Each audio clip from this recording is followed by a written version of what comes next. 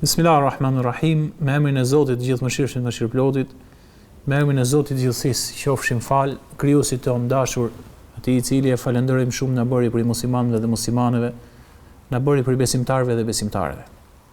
Vëllezër, motra nderuara, jemi në temën e profetit madh, të dashurit të Zotit, profetit Ibrahim alayhis salam.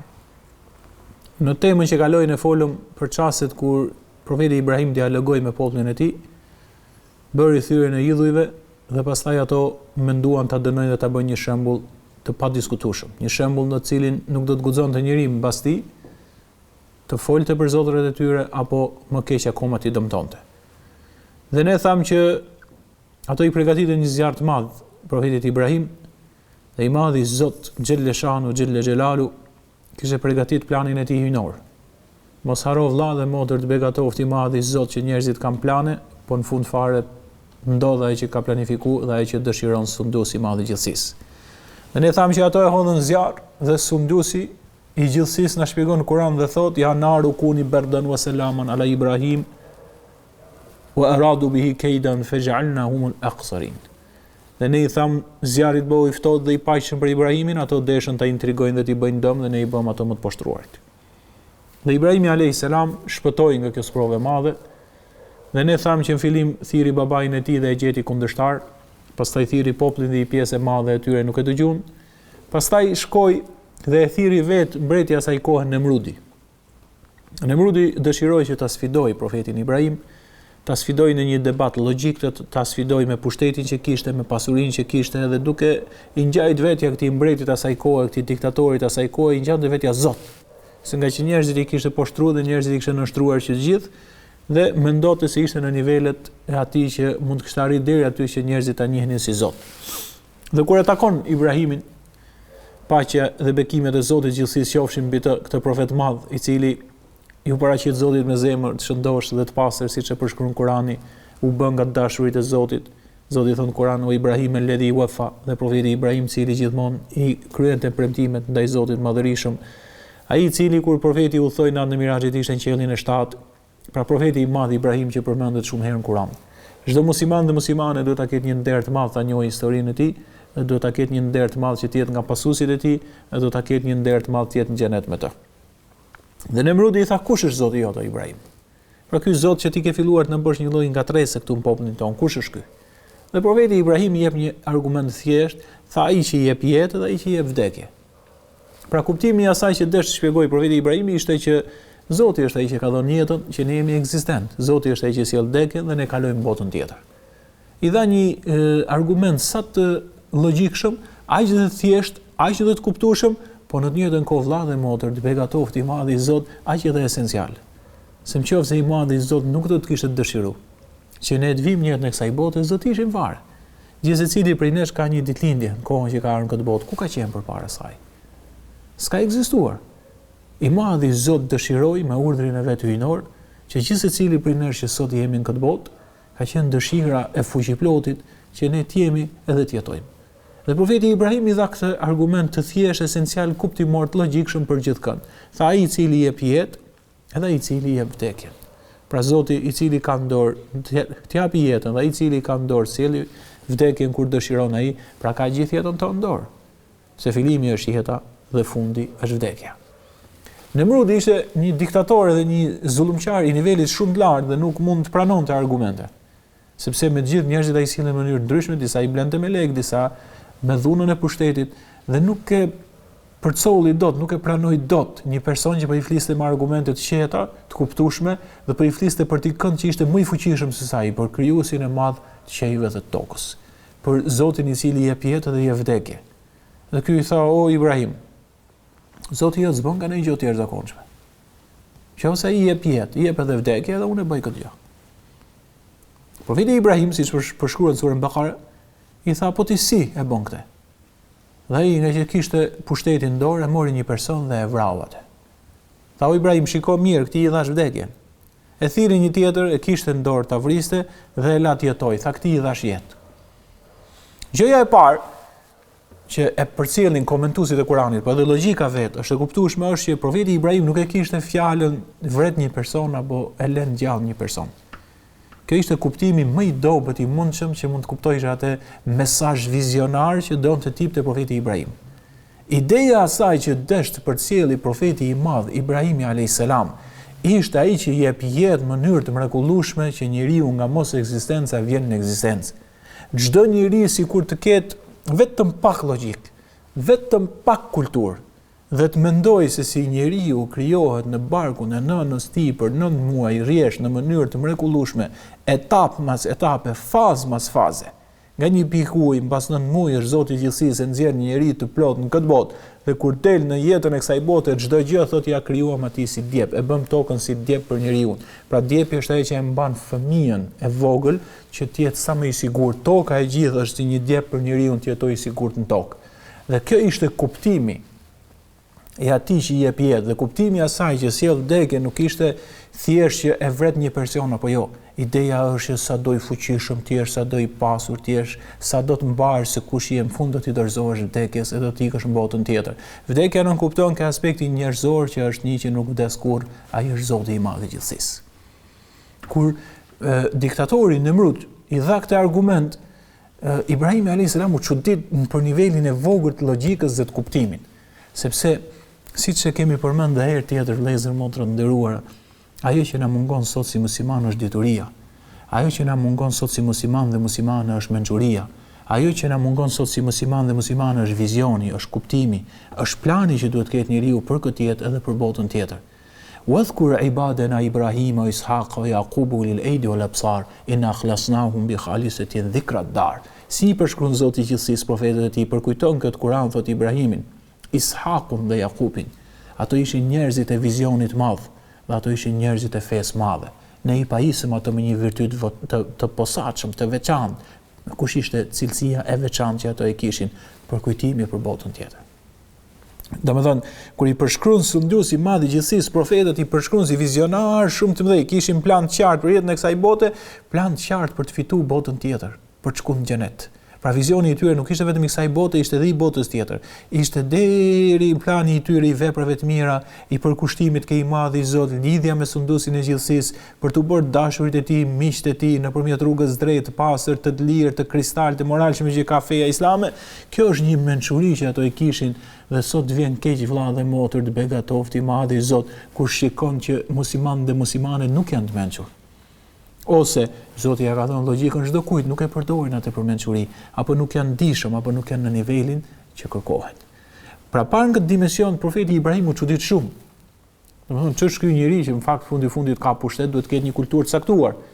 Në vend të pranoj që më thon drejtën duhet thoshte që ai që i ka dhënë jetë miliona njerëzve sa mund të kenë qenë tokë në atë kohë, apo ne sot themi ai që ka krijuar 7 miliard njerëz dhe miliarda që kanë kaluar dhe miliarda që do të vinë. Nuk mundet të kenë ardhur ato rastisht, duke i hequr gjithë gjallësat e tjera me miliarda që janë. Po vetëm njerëzit, ai që don të logjikojë drejt, futet paktën mendime, kërkon, mediton për këtë dhe thotë 7 miliard njerëz aktual që jetojnë në tokë nuk kanë pas mundësi me ardhur rastisht. Dhe nuk ka mundësi që mbas një kohe relativisht të gjatë këto 7 miliard do të jenë të vdekur. Pra jeta dhe vdekja është një fenomen i madh për atë që don të kuptojë, për atë që don Zotin e gjithësisë ta besojë. Dhe u çudit profeti Ibrahim dhe e kaloi nga ky argument sepse asnjëherë vëlla dhe motër mos ngel në dialog ke një argument dhe të ngulesh këmbë aty dhe të vazhdosh. Nëse një person që ke përballë nuk të kupton një argument në raport me të madhin Zot, jepi një argument tjetër. Çfarë argumenti i dha profeti Ibrahim? I dha një argument që s'ka të ballafaquar me të. Pra, i dha një argument, nëse ke i pari pati mundësi që njërin ta vrasi dhe tha i dhash vdekjen dhe tjetrin e lat lirë dhe tha i dhash jetën. Profeti Ibrahim me zgjuarsinë e madhe që i kishte dhënë sunduesi i madh i gjithësisë, duhet tipte një argument që s'kishte më të ballafaquar me të. S'mund i dilte përpara asaj. Ishte argument shkatrues, ishte argument sfidues. Dhe profeti Ibrahim thotë Zoti i gjithësisë për shkruan qartë në Kur'an thotë qala Ibrahimu fa inna Allaha ya'ti bi shamsi min al-mashriq fa'ti biha min al-maghrib. Tha o Nemrut, nëse ti pretendon që je Zot, si Zoti që po të flasun, ai çdo ditë me një mënyrë të jashtëzakonshme. Ai çdo ditë me një mënyrë të mrekullueshme. I mundson dhe e ka urdhëruar diellin të lindi në orarin e caktuar, në kohën e caktuar, dhe pastaj të bëj trajektorin e tij dhe të shkojë të perëndoj në mënyrë të mrekullueshme siç e shikojmë ne. Tha ati që po pretendon që je Zot si ai dhe bën ato që bën ti, me që deshëm sfidosh që jep jetë dhe vdekje, ti dha lëvizet diellin dhe bëj të lindin perëndim dhe të perëndojnë lindje. Drejt. Dhe Zoti i Gjithësisë shpjegon dhe thot febuhit alladhi kafar. Tha u hutua nga argumenti ai që mohonte. Kur ja dha profeti, se ai mendoi tani Nemrudi, mirë që njërin e vrava dhe u mundova të jap një sfidë këtij njeriu të mençur Ibrahimit, si t'ja bëj me diellin. Që secili nga ne dielli e sfidon.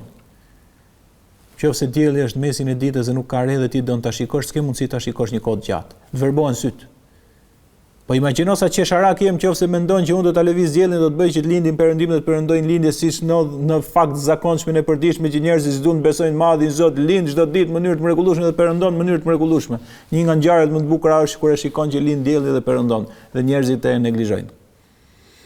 U ballafaqu me një argument pa kontestueshëm, febuhit alladhi kafar, u shtang, u dorzu, u sfidu ai i cili thot mohoj, se të mohosh Zotin ke gjithë argumentet e universit kundra. Sa në kohën që ti mohon Zotin, gjithë universit godet me argumente. Sa po mundohesh që të thush jo, po çështja e Zotit, universit del përballë. Dhe universi është shumë madhështor. Prandaj me atë që Zot besoj është bela e madhe kjo punë. Se duhet me miliarde krijime madhështore të jashtëzakonshme në univers të japi shpjegim se kush i krijoi. Mbështetet ke 1, ke 2, ke 10, ke 20, ke 1 milion, ke 2 milion rasti, po rastia s'mund të vazhdojnë pafundësi. Febuhit alladhi kafar, thot ai i cili desh të mohojë hutua, wallahu la yahdi al-qawma adh-dhalimin. Tha i madhi Zoti nuk e udhëzon një njeri që ka marrë rrugën me koshiencë të zullumit, të padrejtisë. Tani diktatori Nemrud nuk është se kuptoi. Jo, po i pëlqet të zullumi. Ka shumë tokë që e kuptojnë që rruga e dritës është kjo, rruga e Zotit është kjo. Si lën zullumi, pasioni jep shtet e këqija, vazhdojnë këtej. Zoti nëse të jep një argument, të jep 100, të jep 200, të jep 1 milion, 10 miliard, argumente të pafundme, jeta jote, qenia jote, është gjenafi i madh. Ti jep edhe ti dhuron, dhe ti jep edhe për mëshirën e tij që ti t'i gëzosh edhe për ato ti jetosh i lumtur, po ti jep edhe ta besosh atë pra, se sa bukur ai i madhnueshmi Zot na ka mundsuar neve ja të flasim, dëgjojmë, të kuptojmë, të sinkronizohet mendimi me të folur. Zë kështë vlerë nëse sot ishte dëgjimi. Në kohën që ne po flasim e po dëgjohemi e po përcjellim fjalët e Kuranit me lidhje me profetin Ibrahim, unë që po flasi, ju që po më dëgjoni, me miliona procese ndodhin trupin ton dhe ne jemi duke biseduar lirshëm. Këto dhuratat mëdha hyjnore i qofshin fal të lënë të hutuar siç e lan Nemrudin. I humbi për çastin kuptimi i pushtetit, i humbi për çastin kuptimi i lekut, i pasurisë madhe që kishte, i pronave të mëdha që kishte, i sundimit që kishte ndaj njerëzve, padrejtisë që i kishte bërë atyre, robrimit që i kishte bërë atyre, i humbi përpara argumentit të madhit Zot. Inna Allaha la yahdi al-qawma adh-dhalimin. Tha kur ja u shpalos njerëzve të vërtetën dhe zgjedhin atë që është e keqe, unë tha i bëj lanet, pra i mallkoj pasaj. Unë i shkatroj ato, i largoj, sepse i madhi Zot edhe njeriu e bën këtë. Njeriu e ka natyrën e vet, afron të mirin dhe nuk e përcjell dot atë që është i keq. Dhe i madhi Zot akoma më shumë, se ai është i miri universal, ai është i miri i plot. Ai është i mëshirshëm i madh. Edhe ai afron ato që janë të mirë me dashurinë e vet hyjnore, me mëshirën e tij të pakufishme, me mirësitë e tij të rrjedhshme, me faljen e tij të gjerë. Dhe ato të cilët padrejtësi bëjnë shumë në tokë, as tokën se kanë veten, as qenien se kanë veten, as të mirat që i përjetojnë si kanë tyre. Dhe vazhdojnë bëjnë padrejtësi sikur të jenë Zota në tokë. I madhi Zot thotë se udhëzojmë atë që është zullumqar. Por Nemrudi pati diçka tjetër, nuk u nxitu si populli i tij, vetëm i kërkoi Ibrahimit mençur, sepse për të mbrojtur pushtetin e vet dhe për mos pas probleme në vendin e vet, nuk tha digjeni në zjarr, sepse nuk donte të lënte një dëshmor të gjallë. Por me ato këshilltarët e vet u këshillua dhe i lan mundësi Ibrahimit të largohej nga Iraku asaj kohe, tikte. Vetëm i tha mos rimo këtu se ti e shef që nuk po të ngjojnë njerëzit. Unë megjithëse më fole drejt për drejti, po të duroj vetëm largohu nga këtu. Dhe profeti Ibrahim e shikoi që njerëzit nuk ishin në nivel dhe s'kishin zemra të pastra si ai. O min shi'atihi ila Ibrahim idh ja'a rabbahu biqalbin salim. Nga gjenealogjia thotë Nuhut ishte edhe profeti Ibrahim kur u paraqit Zotit vetëm me zemër të pastër dhe të shëndosh. Njerëzit e popullit tin atko nuk kishin zemër shëndosh. Kishte nga ato që besoi si Luti që do të ishte profeti i madh i Zot dhe ne do të folim për të. Por shumica e njerëzve nuk e besuan madhin Zot, nuk e kuptuan, u mashtruan nga pushteti i asaj kohe. U mashtruan nga rrethanat e asaj kohe. Dhe profeti Ibrahim u thon për në Egjipt. Nga vendi ku ishte, u thon për në Egjipt. Bashortja e tij ishte bashortja e madhe. Një bashortje e jashtëzakonshme dhe Ibrahimi alayhis salam me të shkonte në mënyrë shkëlqyeshme me Sara. Sara ishte një nga transmetohet që është femra më e bukur që ka pasi përfaqe e tokës mbas Hawas, mbas bashortjes së Ademit alayhis salam. Sara ishte bashortja e Ibrahimit, ato jetojnë në mënyrë shkëlqyer bashkë, siç mund të jetojë profet me bashortën e tij. Sara ishte një femër shumë e bukur, po vëlla dhe motër të begatoftë i madh i Zot. Islami na mësoi neve që nëse të jep bukuri, nëse të jep pasuri, nëse të jep pushtet, nëse të jep mirë tek kësaj bote, ti mos e tradhto Zotin. Ti mos ja kthe Zotit gjithësisë me të keq atë që të dhuron. Mos ja kthe Zotit me zulluma kur ai të drejtohet me të mirë. Dhe Sara nuk do thotë gjë që me që ishte femër më e bukur në botë do të ishte patjetër duke e mashtruar meshkujt atë për të plotësuar pasionet e veta. Sot për të ardhur keq është vëlla dhe motër të begatoftë i madh i Zot, po përdoren një pjesë e femrave dhe po i bëhet atyre komplot. Për çfarë? Për t'i bërë atë objekt të pasioneve të meshkujve. Dhe femrat një pjesë e tyre kanë rënë në këtë, do të thoja intrik, do të thoja në këtë kaos, në këtë mos kuptim. Ka shumë prej femrave të cilat nuk e kuptojnë. I ka kapur rutina, kurse femra në fakt në Islam përcaktohet si një krijesë e madhe e sunduesit gjithësisë. Ajo në Islam është një motër e lëdhatuar. Ajo në Islam është një vajzë e bekuar. Ajo në Islam është një bashortë e nderuar. Ajo është një heroinë e madhe si nën në Islam. Ajo është një krijesë që Zoti i gjithësisë nuk e krijoi atë për të plotësuar të tjerat pasionet. I madhi Zot mashkullin apo femrën. I krijoi ato për të qenë njerëz të denjë sipërfaqen e tokës, i bëri krijesën më të lartë. Njeriu mashkull apo femër qoftë hyn atë që e gradoi Zoti Ademin dhe pasardhësit e tij që edhe engjëjt i ranë sejdë. Kështu na mësoi neve i madhi Zot manualin e tij hyjnor. Kështu na mësoi sunduesi i madh i gjithësisë për të kuptuar gjërat dhe për të përcjellë ato në formën më të mirë. Kanë nga ato që po i kuptojnë këto perla të mëdha të shpjegimit të Kuranit dhe ato që na zbriti i madhi Zot, po ka edhe nga ato që nuk po i kuptojnë dhe kanë rënë në grackën e shejtanit mallkum dhe po bëjnë vepra që në fakt po ja plagosin shpirtin, po ja plagosin zemrën, po ja errësojnë mendimin. Po mendojnë se po bëjnë një kënaqësi të vogël, po e shohin dëmin e madh brenda. Po mendohen se po arrin një pasion qastit, po ja shikojnë helmin në perspektivë. Për këtë arsye i madh i Zot na mësoi neve që t'i largojmë helmit, t'i largojmë errësirës, t'i largojmë asaj që nuk është e mirë, dhe të jetojmë neve me moral, me fisikëri, të jetojmë neve sipas parimeve që na mësoi ai që na krijoi. Ai ka drejtën më shumë se çdo kush tjetër, se ai na krijoi të na mësoi neve si të jetojmë formën më të mirë. Dhe për ne kjo është një bekim i madh, është një dhuratë e madhe që bën Zoti i gjithësisë ndaj nesh. Kështu ishte profeti Ibrahim dhe kështu ishte Sara, dhe në sprovën e madhe që ndodhi pra dhe në rrugdaljen që pa Nemrudi si të arsyeshme Ibrahimi tha inni dhahibun ila rabbi sayahdin. Tha nuk ka problem, babai më kundërshtoi, populli deshin të më dënoi. Nemrudi nuk më kuptoi, tha inni dhahibun ila rabbi sayahdin. Tha unë do të shkoj në rrugën e të madhit, Zoti ai do të më udhëzojë mua. Unë do të shkoj në rrugën e Zotit gjithësisë, ai do të më udhëzojë mua. Kjo ngelje e famshme në Kur'an kur tha inni dhahibun ila rabbi sayahdin, tha un po shkoj ke Zoti im, ai do të më udhëzojë mua. E si mos ta udhëzonte sunduesi i madh i gjithësisë të dashurin e tij, profetin e madh Ibrahim. Atë i cili thot ju paraqit Zotit vetëm me zemër të shëndosh. Thot Ibrahimi ai i cili i mbajti gjithmonë premtimet ndaj të madhit Zot, që do thot i zbatoi ato mirësi që i urdhëroi Zoti, u ndalu nga ato të këqija që i ndaloi i madhi Zot, dhe u bë një xhavahir i cili mbeti në histori.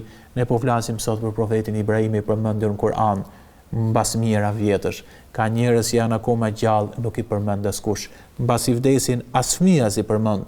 Kalojnë vitet dhe ato janë zhdukur, sepse nuk shkuan ke i madhi Zot, nuk u drejtuan dhe nuk e besuan ashtu siç duhet. Edhe Zoti i madh i harroi ato mbasi ato harruan sunduesin e madh gjithësisë. Kur shkon profeti Ibrahim me Sarën, i ndodh një sprovë në Egjipt. Por që ne do të shikojmë që çdo sprovë që vjen nga i madhi Zot në të ka mirësi të jashtëzakonshme.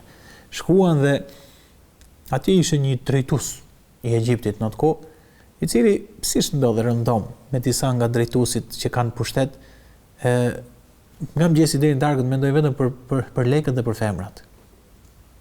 Dikush e kishte vërejt Sarën dhe bukurinë e saj. Dhe e kishin lajmëruar këtë që një femër e bukur shumë është parë këtu në Egjipt. Ai ishte bashkëshortja e profetit Ibrahim, Sara. Kur vin ushtarët për të pyetur kush është në raport me Ibrahimin dhe e pyetën Sarën, ajo e kuptoi që ato kishin ardhur nëse do t'i thoshte është bashkëshorti im, do ta vritnin profetin Ibrahim, dhe ajo i thotë është vllai im. Dhe ata e marrin dhe e dërgojnë tek prisi në Egjipt. Fa subhanallahu al-azim, unë ju garantoj diçka, vëllezër motra nderuara, ju begatofti i madhi Allah. Ju garantoj juve diçka që e ka garantuar i madhi Zot, jo unë, që nëse bashkëshorti dhe bashkëshortja kanë dëshirë të krijojnë një folet shëndosh familjare, i madhi Zot do t'ja jap. Thot Kurani: "Wa ja'ala bainakum mawaddatan wa rahma inna fi dhalika la ayatin liqaumin yu'minun." Tha, krijoi midis çiftit dashuri dhe mëshirë. Nëse ka një niyet pastër, se sot familja është në rrezik.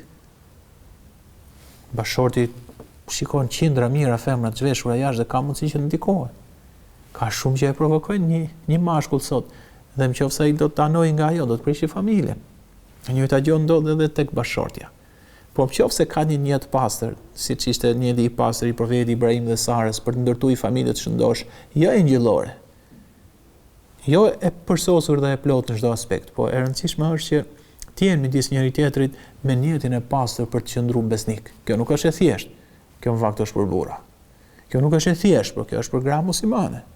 Kjo nuk është e thjeshtë, shumica s'po e bëjnë dot, divorce sot ka plot. Kjo për njerëz që besojnë thellësisht dhe me sinqeritet të madhin Zot, që sprovat e vogla që ka familja i kalojnë dhe nuk shkojnë nga sprovat e vogla në shkatrimin e familjes madhe.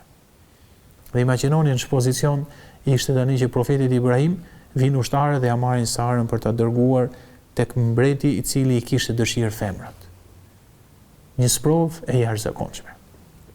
E profeti Ibrahim merr abdes edhe fillon të falet. I ngren dorët madhit Zot. Sara, atje ku e dërgojnë në pallatin mbretëror, merr abdes edhe fillon të lutet. Inshallah, në ligjëratën tjetër ne do të sqarojmë çfarë bëri i madhi Zot në këtë sprovë që ndodhi tek një çift i mrekullueshëm, profeti Ibrahim dhe bashkëshortja e tij Sara, se si i madhi Zot kur ato e kishin niyetin e pastër, se si i runa i besimtarët e sinqert. I madhi Zot na fal gjinavet, na mëshirof me mëshirën e tij të pakufishme, sa ai është më i mëshirshëm me njeriu se sa nëna me fëmin. I lutemi Zotit derdhi mbi ne mirësitë e pafundme në këtë botë dhe mirësitë e pafundme dhe xhennetin në botën tjetër. Na dhon neve dashurinë familjet tona, mirësinë familjet tona, mëshirë familjet tona, tolerancë familjet tona, dhe i bëv gjithë muslimanë dhe muslimanet dalin nga kthetrat e shejtanit dhe ta duan dhe ta respektojnë njëri tjetrin. Amin ya rabbel alamin. Assalamu alaikum wa rahmatullah.